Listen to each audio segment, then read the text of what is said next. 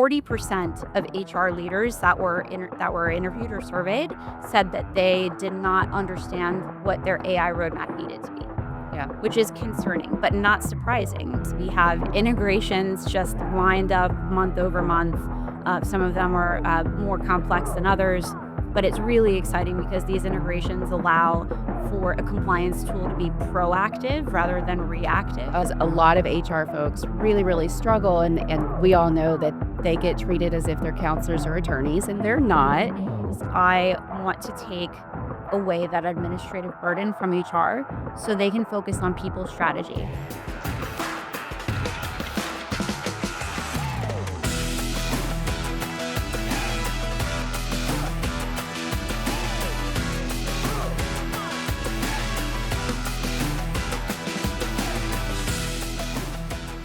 Hi, I'm Christy Honeycutt. I'm your host for Inside the C-Suite, where execs get real about leadership, impact, and what truly drives high-stake decisions. I'm super excited to be on the show today with Jocelyn King, the CEO of Virgil HR, and a very dear friend of mine. Hi, Jocelyn. Hi, Christy. I'm so happy to be back on the podcast.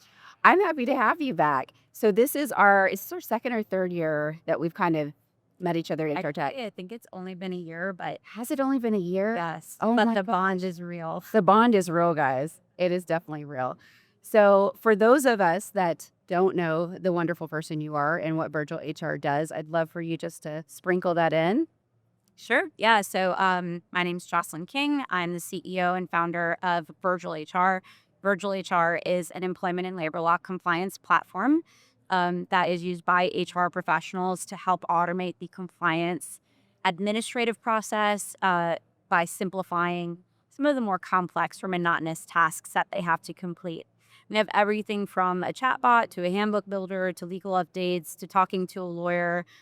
So a variety of features that are available there. We also have a web-based application, but we integrate into HRISs as well. So it's a very dynamic product and something that we're excited about. My background is I've been a human resources professional my entire career. Really felt the pain from this, especially working for multi-state employers, and decided it was high time someone bring technology and automation into the mix for compliance. And that's what I love most. I know we've talked about that before because a lot of HR folks really, really struggle. And we all know that they get treated as if they're counselors or attorneys, and they're not. And my favorite thing I always heard is, well, I'm not an attorney, however, XYZ. So, and I'd mentioned too, like had I known, had your company been around when I was leading people, we would have purchased it hands down, just would have been a thing. Not the tech is great, but the people that you have working at the company and the heart behind it is a beautiful thing to see as well. Thank you. Yeah, I'm very fortunate to have an amazing team and just couldn't be happier and prouder of them. We've grown pretty significantly just in the past year, which is really exciting. And so much of it, most of it is in part because of them. Oh, I walked around your booth and your booth has expanded and your goodies have expanded. And your team, there was new faces I didn't know, and they're all smiling and just very happy and helpful. And it's, and I have to tell on your team because I've walked around the expo and there's some wonderful marketing and some really, get you things out there. But you'd be surprised how many booths that I walked by that no one spoke up and said hi. No one reached out to do anything. So guys, if you're sending your team to HR Tech, please have them look at her booth and how they're interacting with people. They're doing such a great job. Thank you. So what's the strategy for this year? Because I know you guys are growing. What's the focus for the tail end of the year? Yeah, so there are really three focuses for us right now. The first is expanding globally, which we'll begin doing in Q1 of 2026. The second piece is our AI roadmap. We have a very, I think, progressive, but definitely ambitious AI roadmap that we're working toward. And then the third is integrations. We have integrations just lined up month over month. Some of them are more complex than others, but it's really exciting because these integrations allow for a compliance tool to be proactive rather than reactive. Oh, beautiful. So yes, it'll do things like prompt an HR user within their HRIS to do certain things, and it will do a legal analysis of things that they're working on to tell them, hey, this is what you need to do to be compliant. They don't even have to know that a law exists in the first place. They don't have to pick up the phone and call the attorney and run up the bill. Yeah. That's great. Those are three really strong initiatives. Yeah. What about integrations? So when I hear the word integrations, I think of partnerships. Is this going to be a focus for Virgil HR? It probably already is. Yes, it definitely is, and it's a program that we're really building out more. We sell direct to businesses, but we also sell indirect to companies like Bamboo HR, for example. We just went live with Bamboo HR in June, and Bamboo provides our product to, they have 33,000 customers. So provides our product to their customers, and that's kind of how the indirect model works. So I do think that what we will end up seeing is a majority of the revenue ultimately coming from partnerships, but I really want to democratize the product and make it available to, a person who perhaps is not engaged with one of our partners, and that's why we'll keep the direct sales model as well. I love that. You're such a visionary on how you think about molding the business and kind of the steps that you take. And I know you have a really strong team ahead of you, which is great. Anything new on the horizon that we didn't cover? Oh, anything new coming up? Well, we do have a new version of our bot that we're releasing for the US in a couple months.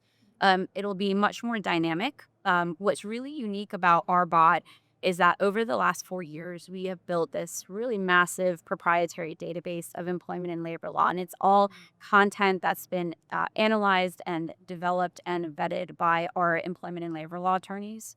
So our AI model is trained off of our database. We don't use open source. We don't find, ChatGPT pulling up some article from Wikipedia. The data has to be credible 100% of the time. And when you have any type of open source type model, it ends up deteriorating the credibility of the content because it's difficult to have a human in the loop in that type of situation, whereas we're able to do that, which is nice. So we're very thorough. We cover a lot of topic areas in the employee life cycle, and we also cover federal, state, and localities as well. So I know the federal, state, and localities is a big deal, and it's probably the top one. But what would you say, like the top three things that your technology helps HR and organizations overcome or mitigate risk? Like, are there a dirty three that kind of come to mind? Um, yeah, you mean in terms of a differentiator? Yeah. So yes, the locality piece is important. I don't think there are very many vendors out there that are touching the localities. I mean, there are over 22,000. And so it's a big lift. So that's a huge differentiator for us. I mean, if you could imagine you have an employee in California requesting maternity leave and you use a tool that doesn't cover locality and it says, okay, in the state of California, here are the laws that you need to be aware of. Well, what if that person is in San Francisco? San Francisco has its own laws as well that you have to comply with. So if that tool isn't covering localities, you're in big trouble as an HR professional. I think the second thing is that we're very tech forward at embedded integration, for example, really sets us apart from the other businesses. And it can do some pretty cool things outside of, me mentioning that this chatbot kind of follows the user around and does a legal analysis of the work that they're doing and says, hey, here's what you need to do. There are also other ways that we're automating compliance for HR, such as, for example, let's say Kentucky increases their minimum wage to $20 an hour. What we do is we identify the 9 impacted employees in the system and tell HR, hey, these 9 employees need to have their pay increase $20 on October 1st. Do you want to schedule that now? Yes, they never have to think about it again. It changes in the system October 1st. So that's what we're really trying to accomplish. And that's really what sets us apart from the rest of our competitors out there. We are truly loving on HR. Like you're keeping their noses clean. You're helping them not be an attorney, but you're helping them keep the company safe and pivoting the way they need to, which is such a cool thing. So I know you personally. I know there's a lot of really wonderful things about you. So I have a gift for you. So I'd love for you, cats or dogs? Dogs. Always dogs. Always dogs. So I couldn't find tell your dog I said hi, but I did find easily distracted by dogs. Oh, that's so cute. I love that. Thank you. You're welcome. Yeah, whenever I come over, I'll have to wear this and play with Judge all day long. So Jocelyn has met my family and my dog. Yes, he's very cute. A little Frenchie. I'm a Frenchie mom. But so I like to talk to the CEOs about the human side of things. And I know that you are a huge animal lover. I didn't know how huge until your wonderful husband shared all of the volunteer time that you do. So I'd love for you to share that with us. Yes, so I'm weirdly, maybe not weirdly, obsessed with dogs. Dogs in particular, although I love all animals. I just rescued a squirrel the other day. It was a little baby squirrel. And it was in my garage. It was so cute. So I took it to a wildlife center. So I love animals, love dogs, and I really want to kind of give back. There are so many homeless dogs, dogs that have been abused, dogs that are in terrible breeding situations that need support. And so I work with a couple local shelters near my house, and it can be anything from uh, keeping dogs for a couple weeks while we find a new home for them, to donating, to actually spending time walking the dogs or taking care of them. It's You something put on like a bingo. I did, yes. Yeah, I Guys, recently it's did not a just bingo volunteering, it's fundraiser. like creating events. Yes, I did a bingo fundraiser a couple weeks ago for one of the rescues. So, yes, it's a good obsession to have, I think. As a healthy obsession. Yeah, there you go. Yes. Keeps you calm and all the things. Yeah. Well, and I think your heart shows in your work. And I know that you're very passionate about HR for HR and PR for HR. And you've launched a new podcast. And what I like about it, and guys, I was on one of her guests yesterday. You're natural, you're wonderful at it. But what I really like about it is that you're making it relatable to people that have sat in your seat. You understand it. You truly are HR for HR. So, can you share a little bit about what's driving that podcast and your heart behind it? Yeah, absolutely. So, something that I've always been very passionate about is, you look at, for example, Virgil HR as a compliance company, and you'd think, okay, the mission is probably something pretty stale and dry.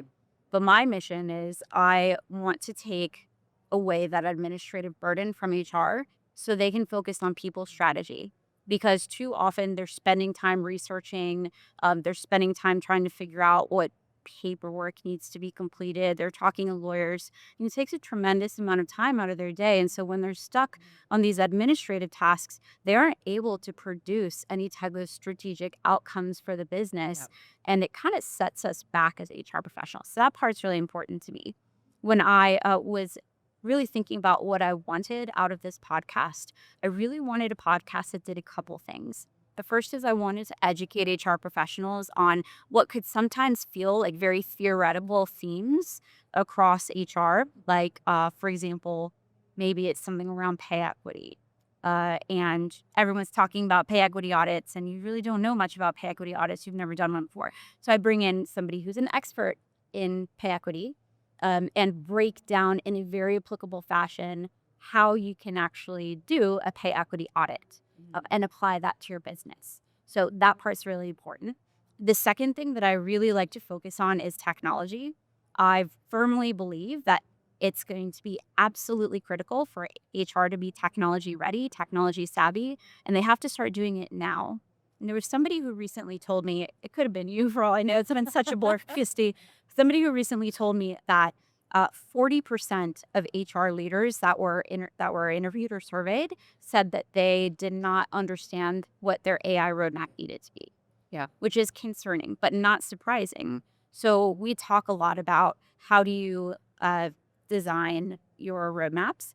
How do you vet and implement the new technologies? How do you ensure adoption? Because a lot of implementations can go awry.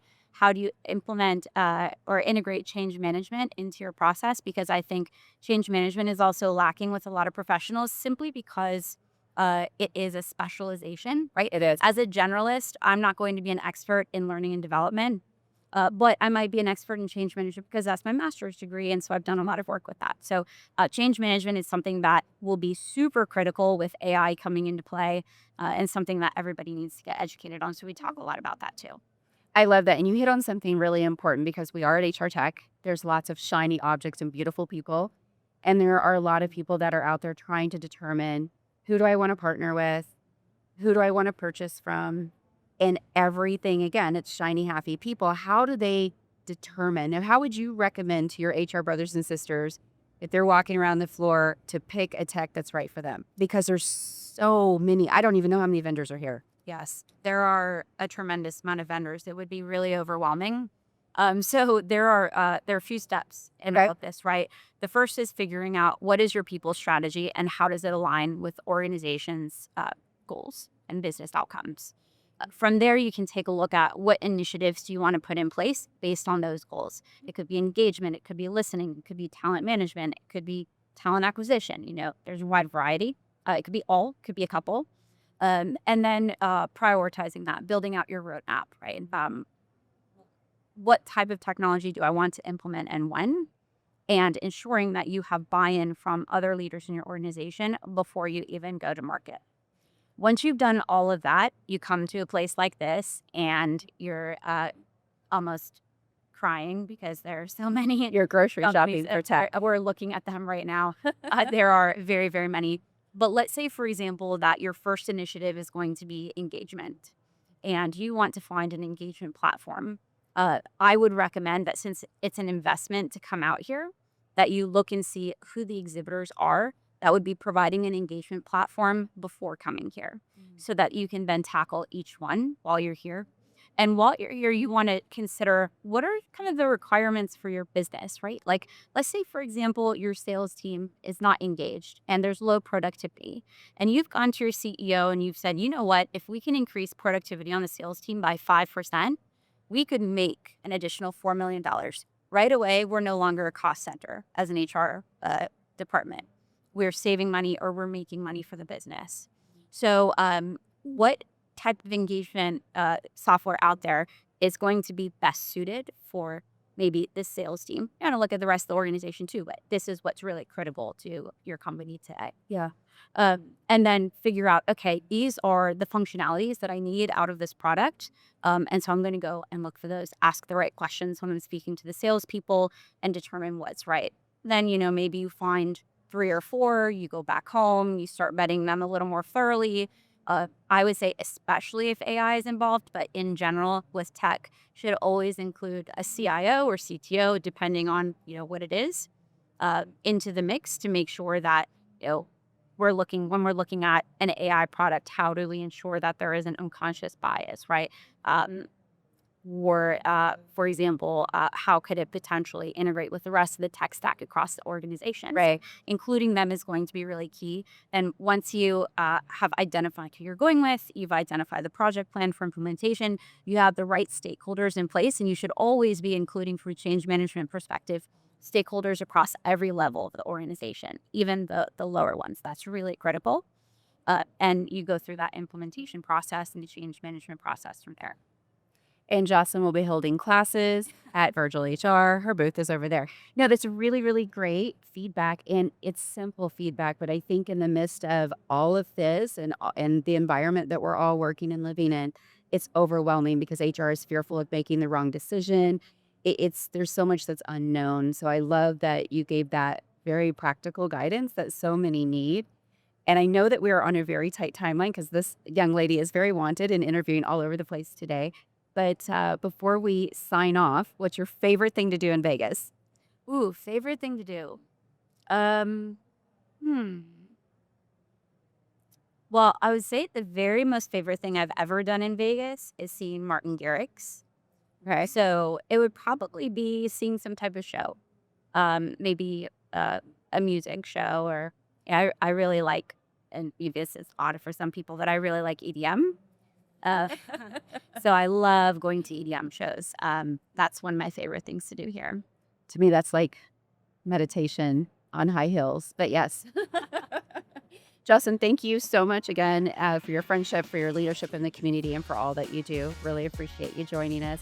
And for those of you out there, like and follow Inside the C-Suite and check out Work Defined, the most amazing network. And of course, this lovely lady, Jocelyn King and Virgil HR. Bye.